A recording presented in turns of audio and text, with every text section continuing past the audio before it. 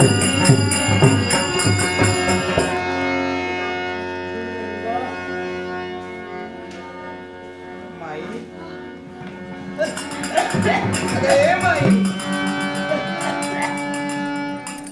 झालं अगं असं विस्मय चकित नजरेनं माझ्याकडे काय पाहतेस? मला ओळखलं नाहीस?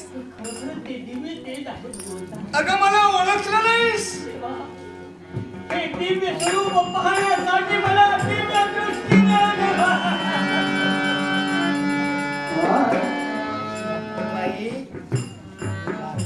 अगं भाव भक्तीच्या प्रेरणेनं भगवंताला सुद्धा आत्मसात करता येतं ग. आज तुझ्या हृदयांतरीच्या तारा या ब्रह्मांडात ध्वनीशी एक रूप झाला, ब्रह्मांड ध्वनी झाला आणि त्याच ध्वनीच्या योगे करवी एका माईच्या इच्छा पूर्ततेसाठी आज पंढरपुरात भक्तांचा महामेळा उतरला असताना सुद्धा या देवाला स्वतःच स्थान सोडून तुझ्यापर्यंत यावं लागलंय माई तुझ्यासाठी.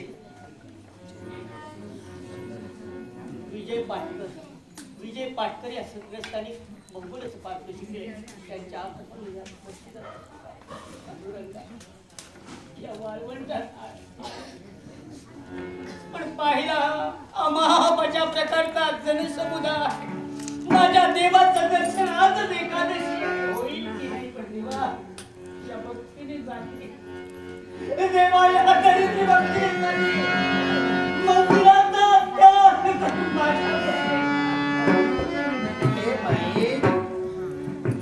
अगं स्वतःला दरिद्री म्हणून संबोधते.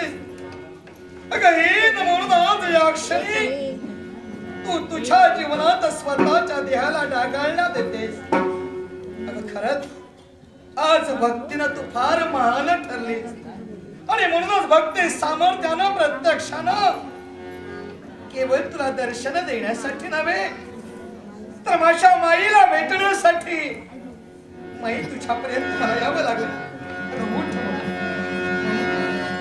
माई तू दमलीस का ग? माई तू थकलीस का ग? माई तू भागलीस का ग? तुझं मला कळत नाही.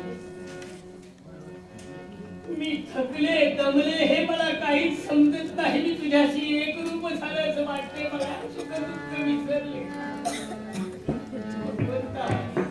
सारं काही विसरलं पण माझ्या चेहऱ्यावर तसं दिसत आहे.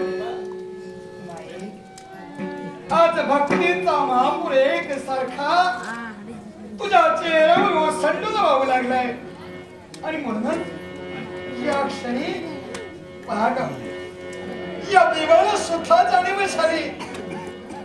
आज तुझ्याकडे पाहता क्षणी मला सुद्धा वाटू लागलं अगं एक वेळ देवाची भक्ती करून आई बाप मिळते हे काही सांगता येत नाही.